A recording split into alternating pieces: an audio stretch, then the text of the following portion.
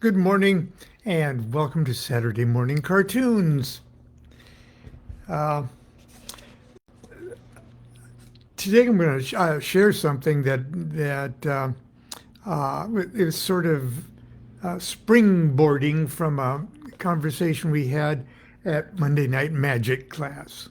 Okay, uh, Constance and I hold a class in our home. It's not really, well, it is a class. We call it Monday Night Magic class.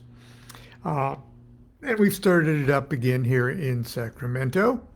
If you want more information, it's free, and if you just got to be in the neighborhood, kind of thing.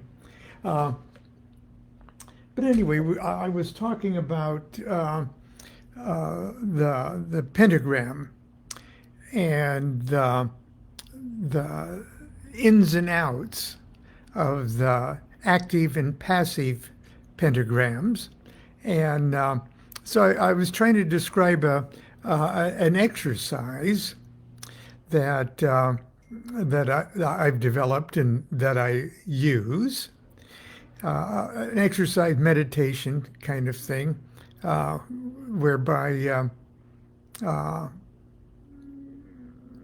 I actually sort of turn myself into a pentagram and run the energy, run the electricity, run the circuitry of the pentagram through my own body.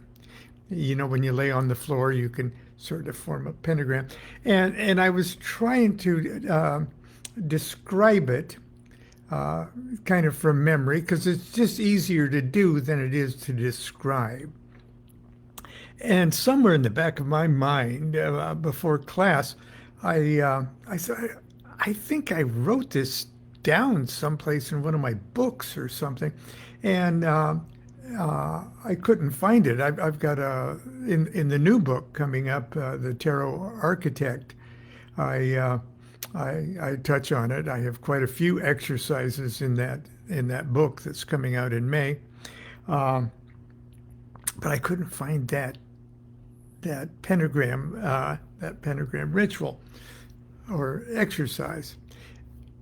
And I was upstairs in the library getting out a book for tomorrow's Sunday school lesson, because tomorrow begins, I guess we could call, the Advent of the High Holy Days of Thelema. And I was locating a book, and it just occurred to me to pull out uh, a book by Israel Regardie that long ago I was asked to write like an afterwards or a contribution to, and that contribution was that exercise. Okay, and the book, it's a wonderful book, as is all of Regardie's books, I think. It's called Healing Energy, Prayer and Relaxation by Dr. Israel Regardie. And it's got an introduction by Colin Wilson too, as well as James Wasserman and Christopher Hyatt and myself. Uh, there's Regardie. Now, Regardie didn't look like that when I knew him, uh, but that's a classic. I think I'll get dressed up and have a picture taken like that. Looks so cool. Anyway, uh, here it is, and I'm going to read it. I'm going to read it to you, and I wish I could have just read it to Monday night class, because you know, you're never more spontaneous and off the top of your head than when you've got about 50 hours to write something. So let me see where it is, and it's called A Pentagram Exercise. Oh, incidentally, this is a hardcover book, and it's printed by New Falcon. It's a beautiful, beautiful book. Okay, okay. Are you ready?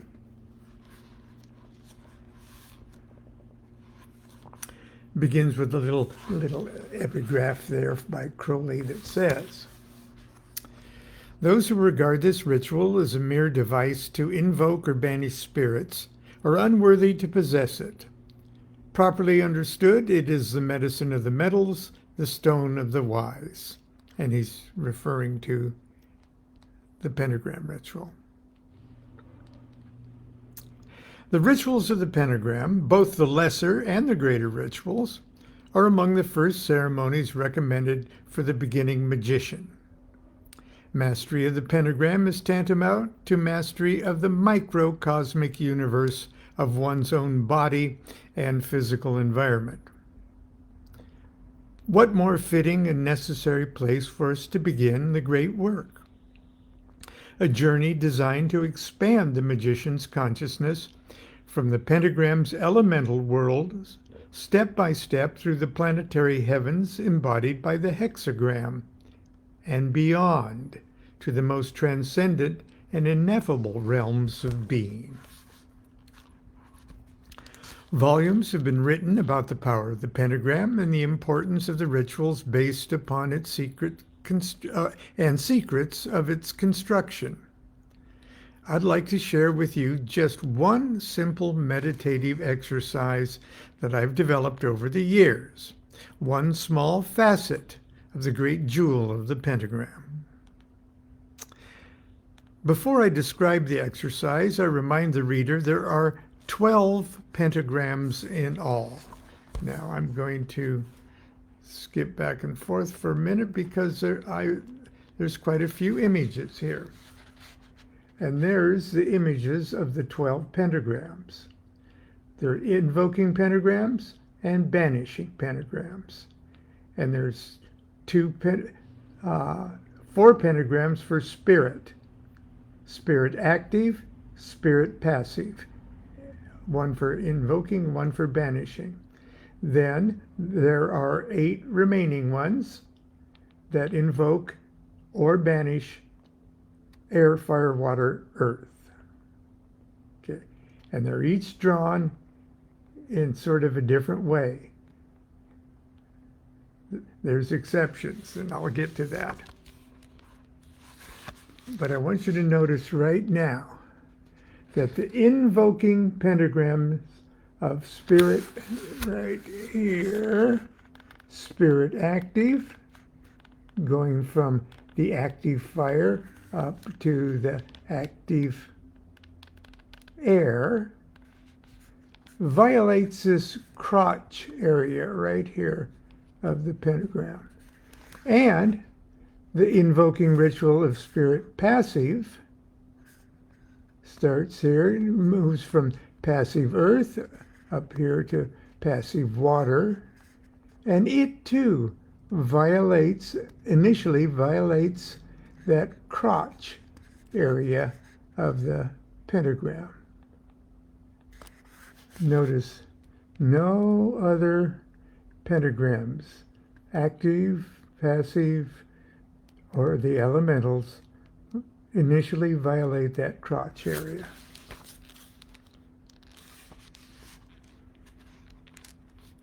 Okay. I'm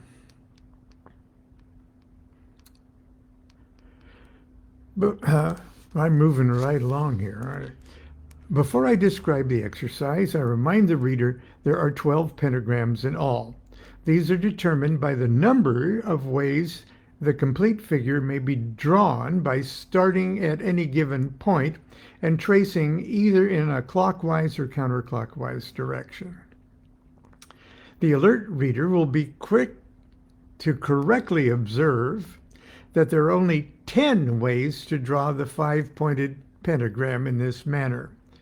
But as you will soon see, the pentagram that banishes water is also used to invoke air. And the pentagram that banishes air is also used to invoke water. You don't have to take notes. Okay, just keeping this phenomena in mind, there are 8 elemental pentagrams, one to invoke and one to banish each of the 4 elements, fire, water, air, and earth. The general rule of thumb when drawing the elemental pentagram is to invoke toward and banish away from the elemental point in question. Note, the 8 elemental pentagrams are drawn in such a way as to avoid violating on the first stroke the groin angle below and opposite the head or spirit point of the pentagram. So in other words, so let's get a nice big pentagram here. That's the spirit point of the pentagram.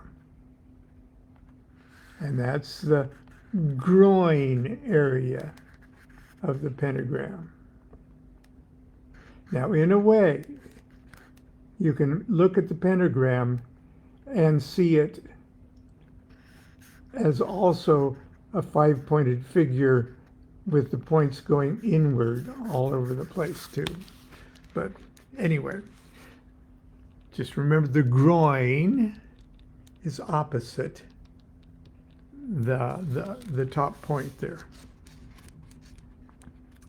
This fact will become very important as we can consider the nature of the spirit pentagrams in our exercise. 4 spirit pentagrams, 1 to invoke and 1 to banish the pentagram of spirit active, 1 to invoke and 1 to banish the pentagram of spirit passive. Note, spirit has a dual role to play in the elemental universe.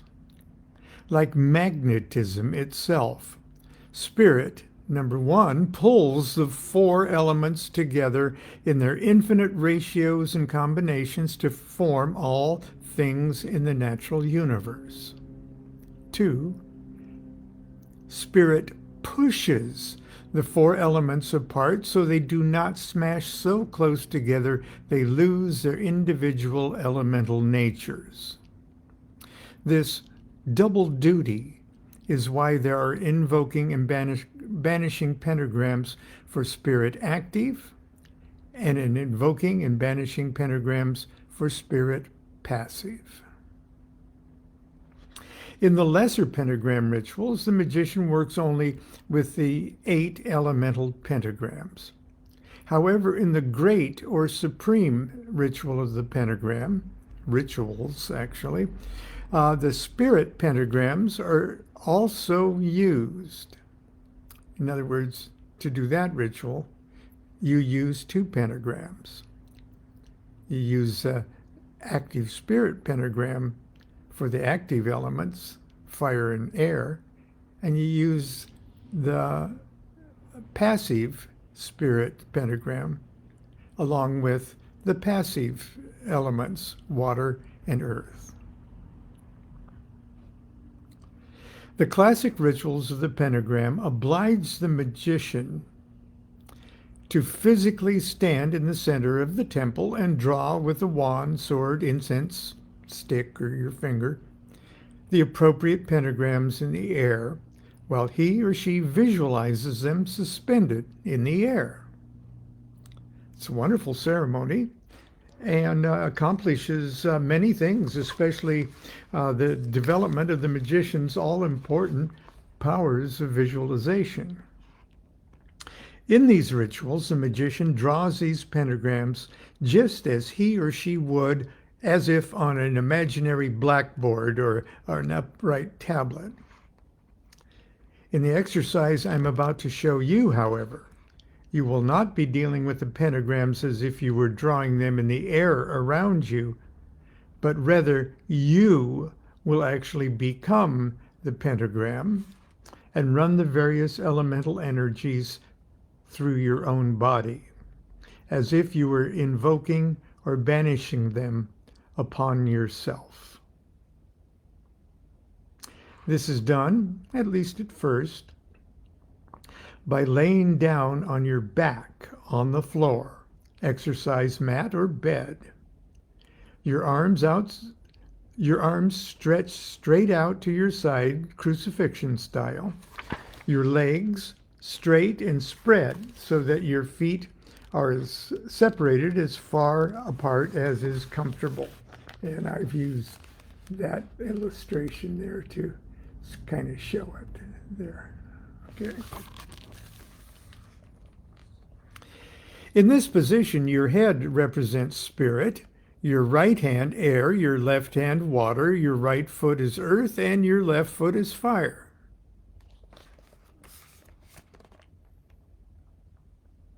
Okay, see, you're laying. This is a drone's eye view of you laying on your back on the floor. Okay.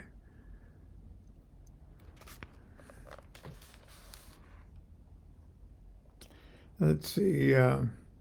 The ultimate object of this exercise is to transform yourself, body, mind, and psychic bodies into the complete and perfectly balanced microcosmic man or woman, to make you, as it were, a walking pentagram with all its powers, potentials, and attributes.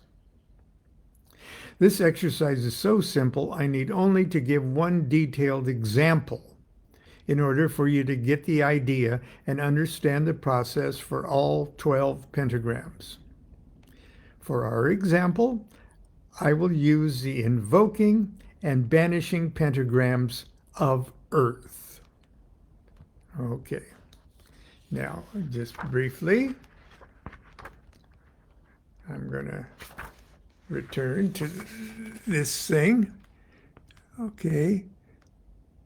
Right over here, where I'm pointing right over there, is the Earth pentagrams. Okay. Banishing starts at the lower leg there and goes straight up to the top. And invoking starts at the top and goes all the way down to there.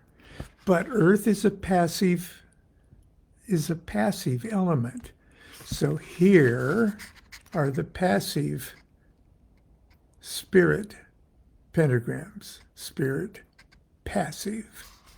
And look, starts at the Earth corner, violates the groin area, and goes up like that, and then finishes off. Okay. Ooh, ow. Ooh, that hurt. Getting old is not for sissies, except in my case.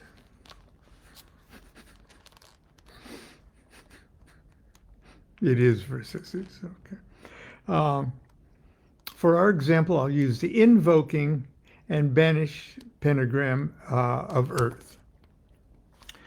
To invoke the energies of Earth upon your body, lie on your back and form the pentagram.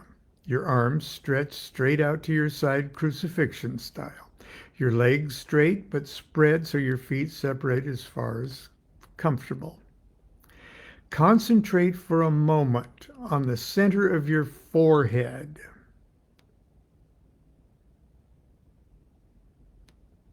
This is where you'll begin to draw the invoking Earth pentagram. Imagine the center of your forehead illuminated by a bright green light. When you have this image visualized clearly in your mind's eye, project that light as a green ray shooting directly from the center of your forehead down to the toes of your right foot, bathing it in a burst of green light. Immediately project the ray up through your groin and across your body to the palm of your left hand, illuminating it in a burst of green light. Now visualize the ray shooting straight across your shoulders to the palm of your right hand, bathing it in a burst of green light. Now project the ray down and across your body, through your groin, to your left foot in a burst of green light. Finally, project the light from your left foot up to close the pentagram where it began at the center of your forehead. Keep the entire pentagram alive with the moving green light as you repeat the process until it courses around the pentagram smoothly and seemingly independent of your conscious efforts to direct it. In other words, you just keep it moving.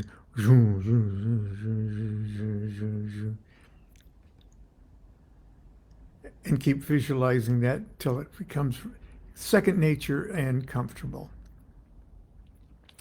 Now, to banish earth upon your body, lay on your back and form the pentagram. Concentrate for a moment on your right foot. Wriggle your toes and imagine them illuminated by a bright green light.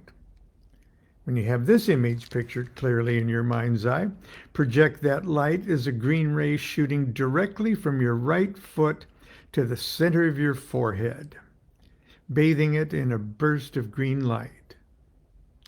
Immediately project the ray down to the toes of your left foot, bathing it in a burst of green light. Continue extending the ray from your left foot up through your groin and across your body to the palm of your right hand, illuminating it in a burst of green light. Now visualize the ray shooting straight across your shoulders to the palm of your left hand, bathing it in a burst of green light.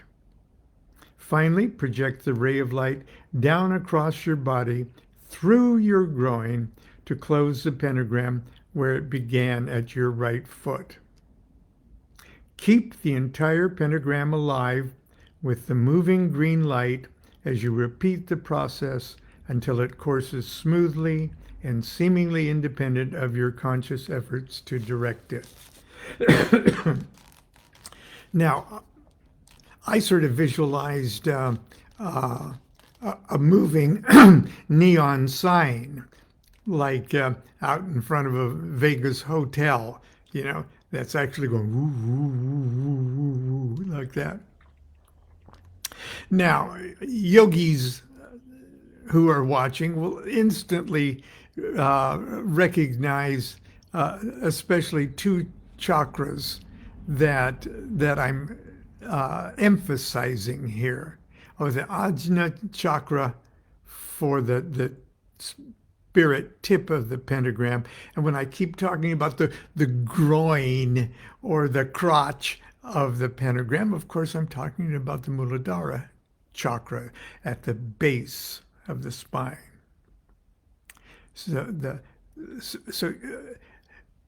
And those two are intimately connected. Okay, it's the lowest chakra, and in a sense, in a kind of physical sense, the highest chakra too. They're activated at the same time in many of the chakra exercise rituals. Boom, boom, boom, like that. But I'm not a big expert on that. But there are those who are and who will understand what I'm saying. Okay.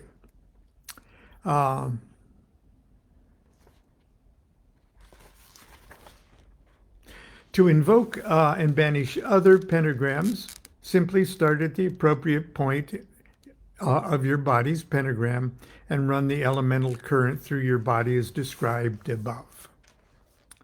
The color of the light rays should vary with each element of the pentagram.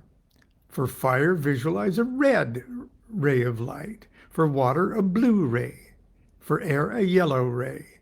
For earth, a green ray. And for spirit, a brilliant white ray. And we'll get to spirit in a second.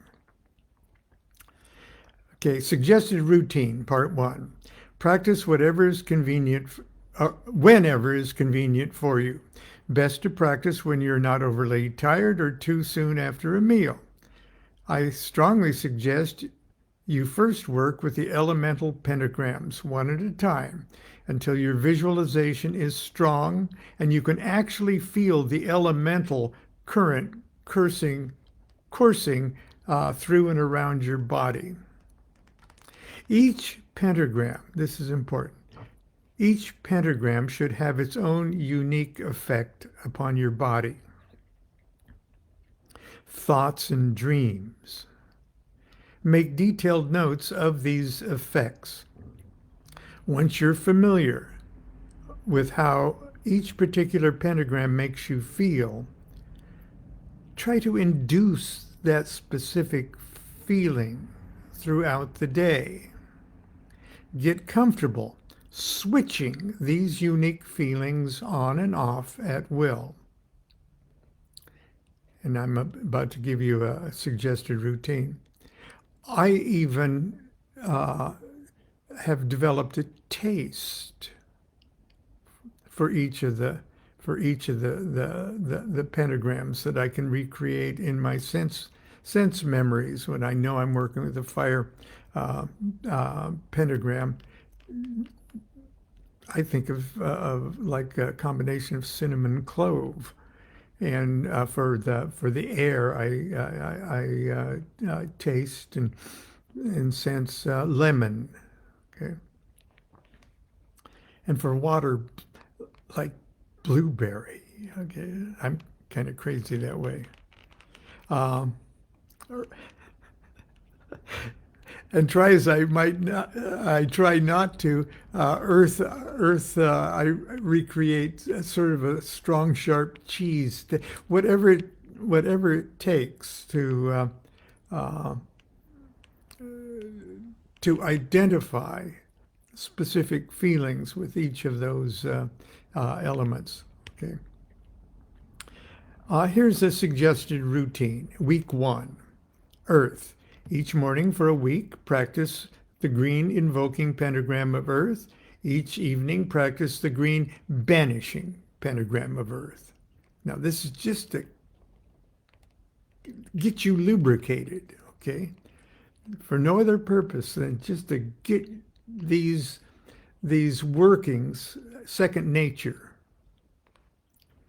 Week 2, air. Each morning and evening for a week, do the same thing with the yellow pentagrams of air. Week 3, water. Each morning and evening for a week, do the same with the blue pentagrams of water. Week 1, again, fire. Each morning and evening for a week, do the same with the red pentagrams of fire. Actually, that'd be week 4, actually. Okay, I know this is boring for probably most of you, but I'm almost through. Suggested routine, part 2. After you've mastered the exercises of part 1, which just kind of deal with the elemental pentagrams, and you are cognizant of the unique feelings and effects of each elemental pentagram and what they produce, start including the addition of the appropriate spirit pentagram. You should draw the white spirit active pentagrams prior to the pentagrams of fire and air, the active elements. And you should draw the white spirit passive pentagrams prior to the pentagrams of water and earth, the passive elements. Note, in order to draw the invoking pentagrams, you'll be required to do something that you have not done before when working with the 8 elemental pentagrams. You draw the ray of white light up either from your left foot for the invoking pentagrams of spirit active, or from your right foot for the invoking pentagrams of spirit passive. The first place on your body the light will penetrate is the groin area, or the Muladhara chakra. The first time I did this, I noticed something very dramatic. I think I even yelled a little bit, okay? The first time I did this, I noticed something very dramatic as the ray of light passed through this area of my body. My base chakra, the Muladhara, lowest of the chakras, located in the region between the genitals and the anus, was severely stimulated and seemed to whirl with an almost tangible vibration. At the exact same instant, my crown chakra, and that's even above the ajna, the Sahasrara, the highest of the chakras, located at the top of my head, seemed to burst with an electrical tingling that linked itself to my base chakra and slowly ascended up my spine until my whole body was alight. It was quite wonderful and a little scary. I then realized the profound relationship between the extremes of the pentagram, the point and the groin, the highest and lowest chakras of the human psychic body. It is an understatement to say this gave me a new respect for the seemingly simple meditative exercise. When dealing with the 8 elemental pentagrams, the tip of the pentagram is at the center of one's forehead, the ajna, or the second from the top chakra. But when invoking spirit active or spirit passive, one can transcend the ajna and actually activate the highest of all psychic centers. The routine for part 2 is exactly the same for part 1, except you draw 2 pentagrams per element. A spirit active pentagram preceding fire and air pentagrams, and a spirit passive pentagram preceding water and earth. And that exercise closes the book.